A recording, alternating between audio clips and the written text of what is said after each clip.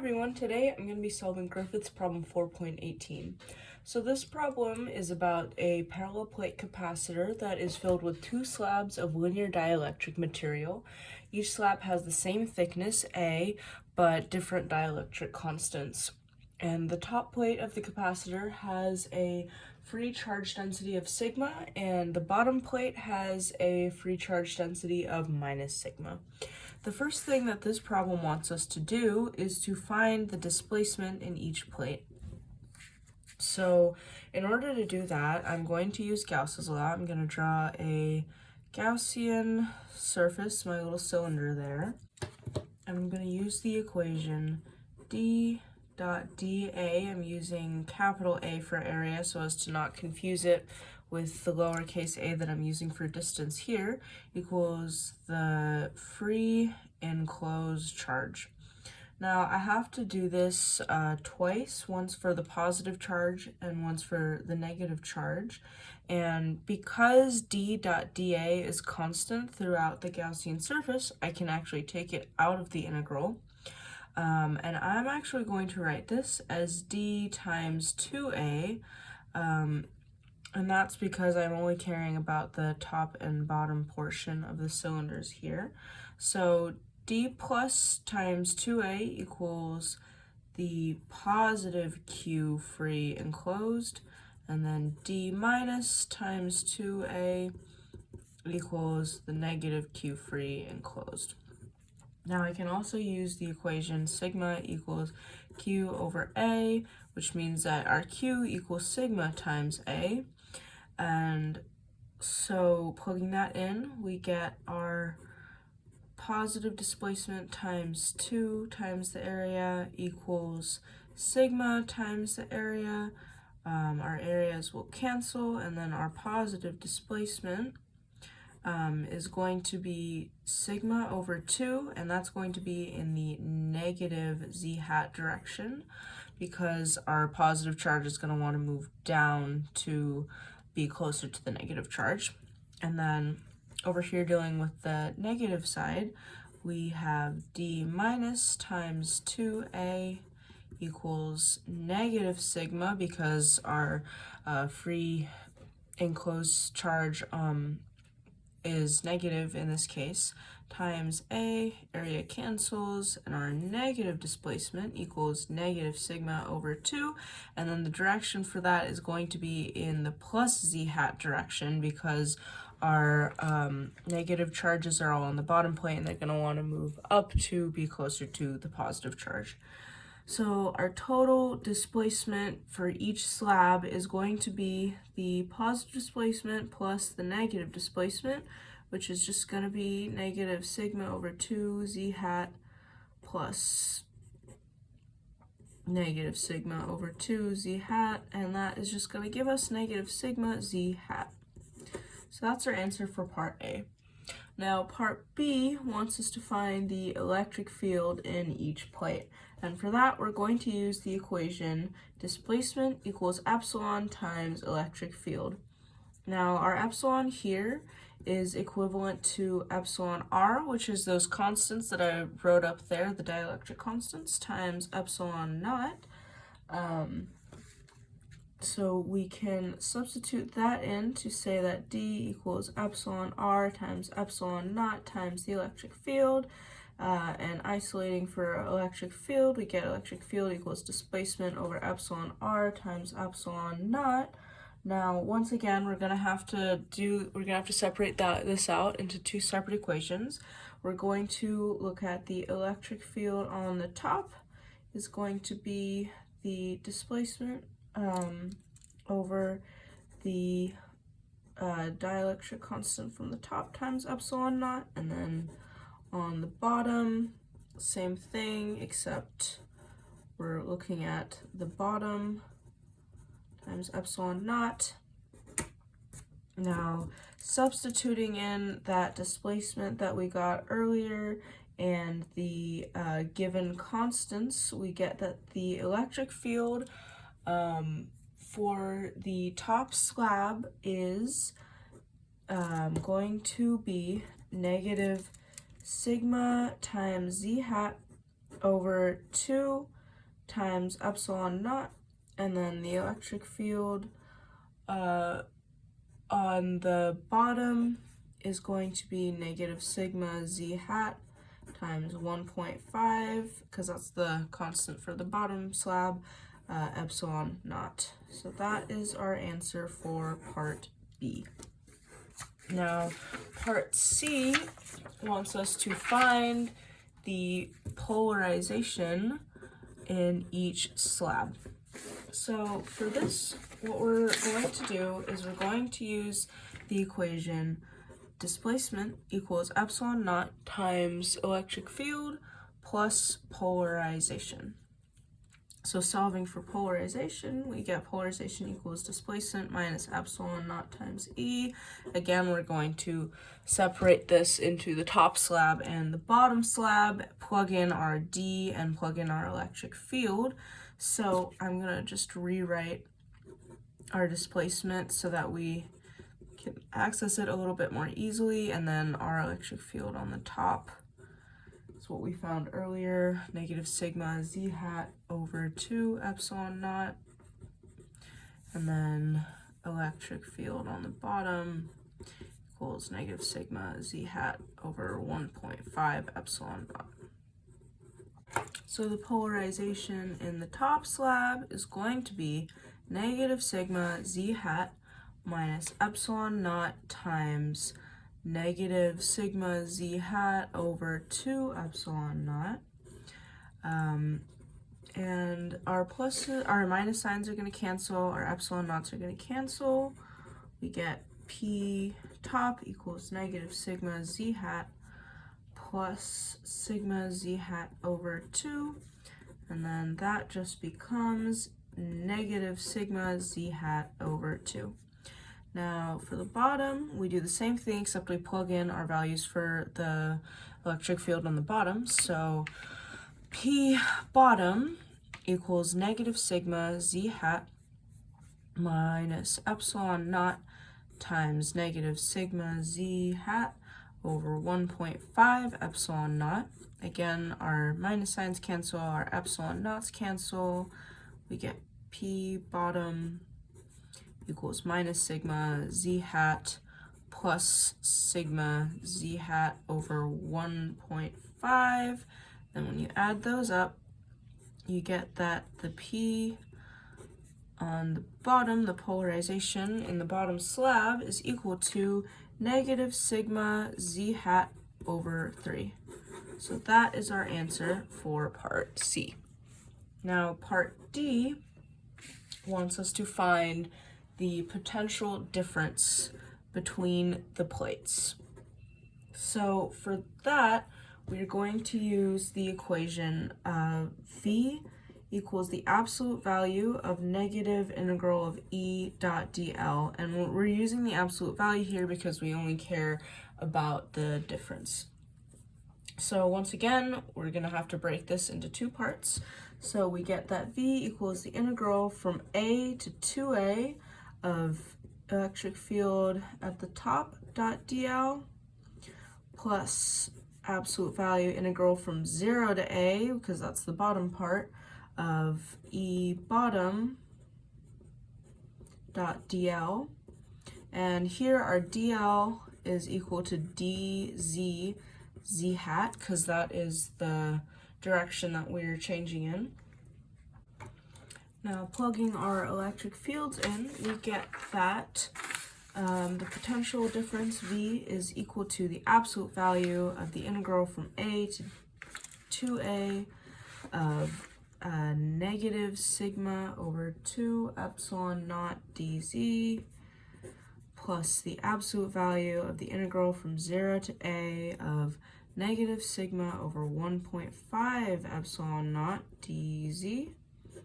Then when you integrate that, you get sigma over 2 epsilon naught z, where z goes from A to 2A, plus sigma over 1.5 epsilon naught z, where z goes from 0 to A. And then from there you get sigma over 2 epsilon naught times A plus sigma over 1.5 epsilon naught times A, and then adding those together you get that the potential difference is 7/6 sigma A over epsilon naught. And that is our answer for part D. Part E of this problem wants us to find the location and the amount of all bound charge. So I am going to redraw a sort of simplified version of this diagram for this part. There's our plus sigma slab, and then there's our minus sigma slab. And I'm going to be using the equation sigma B equals P polarization dot n hat, which is the vector that is normal to the surface. So we're going to, so even though there's technically 3 locations that we're going to be finding the bound charge at, which is going to be 0, A, and 2A, we're going to be breaking this problem up into 4 parts because we want to be looking at the top and the bottom of each dielectric separately. So to start out, we're going to start with the top of the top dielectric. And this is going to be at the location z equals 2a. Our n hat vector is going to be the plus z hat vector. So that's going to look like that. And our bound charge then is going to be negative sigma z hat over 2, because that's what we found earlier, dot z hat, which is just going to be negative sigma over 2. Now, next part, we're going to look at the bottom of the top dielectric. And here, our n hat vector is going to be pointing downwards, negative z direction, equals negative z hat, because that's going to be pointing away from the material. So our bound charge is going to be negative sigma z hat over 2, same polarization as before, and that's going to be dot the negative z hat vector, and so that's just going to become positive sigma over 2. Now, looking at the bottom dielectric, first we're going to look at the top of the bottom dielectric, and this is going to be at z equals a. Forgot to mention the last one was at z equals a as well. Here, I'm going to look at this side. Our n hat vector is going to be pointing in the positive z direction. And our polarization here is going to, and our polarization here is actually negative sigma z hat over 3, because that's what we found earlier. Therefore, our bound charge is going to be that same polarization, dot z hat, which is just going to give us negative sigma over 3. And then at the bottom of the bottom dielectric, our n hat vector is going to be pointing that direction, which is the negative z hat direction.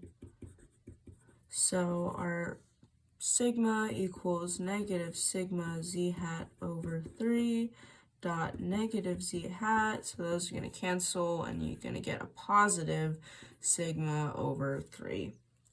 So now, to sort of write these all a little more explicitly, at z equals 0, our bound charge equals sigma over 3.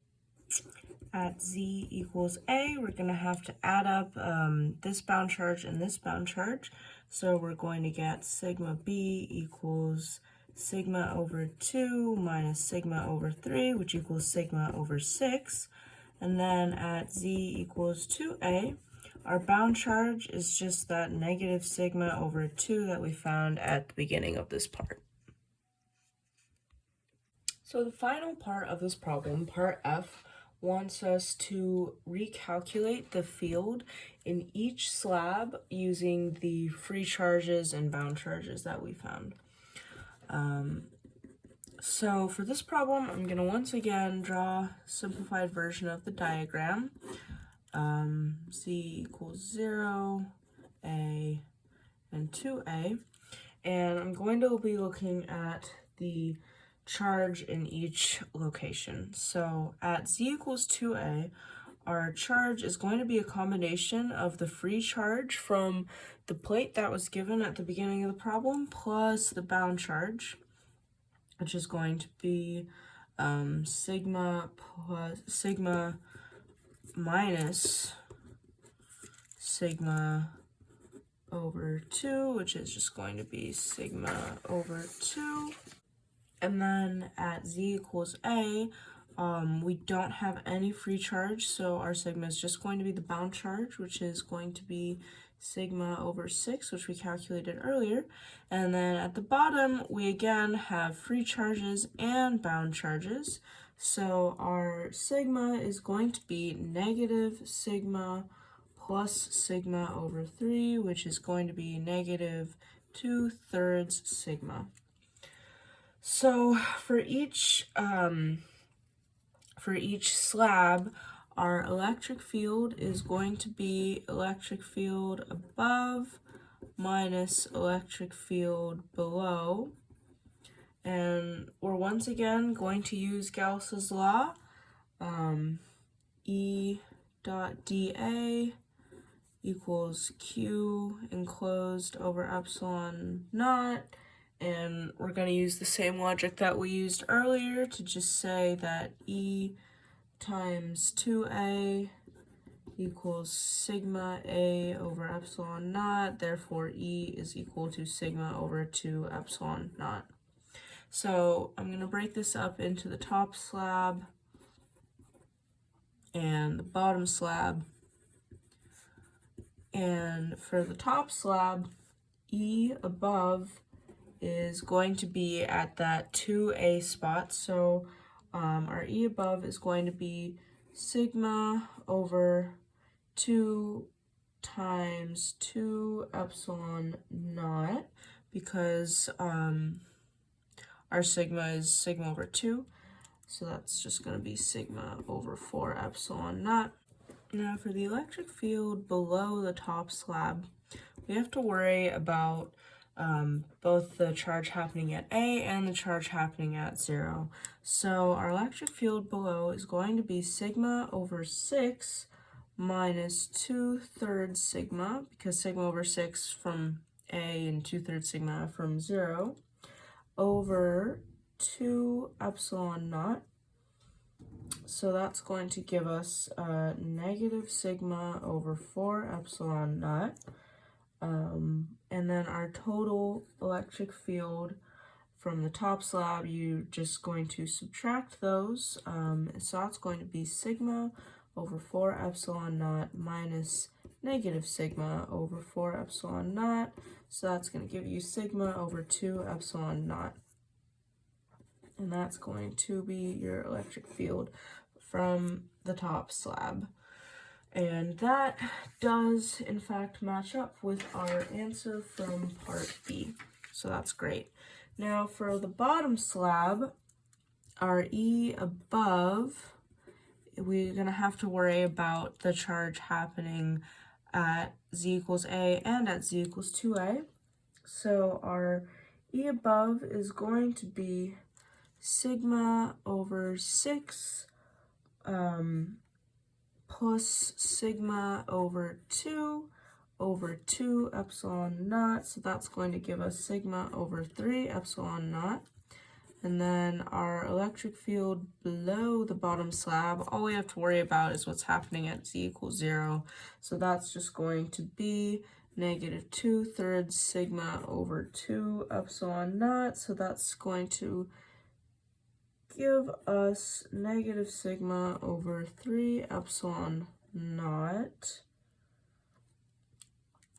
And then when you add those, or rather subtract those, you get that our E bottom equals sigma over 3 epsilon naught minus negative sigma over 3 epsilon naught. So that's going to give you 2/3 sigma over epsilon naught, and that is in fact what we got for part B. So that means that we did it right. Thank you for watching.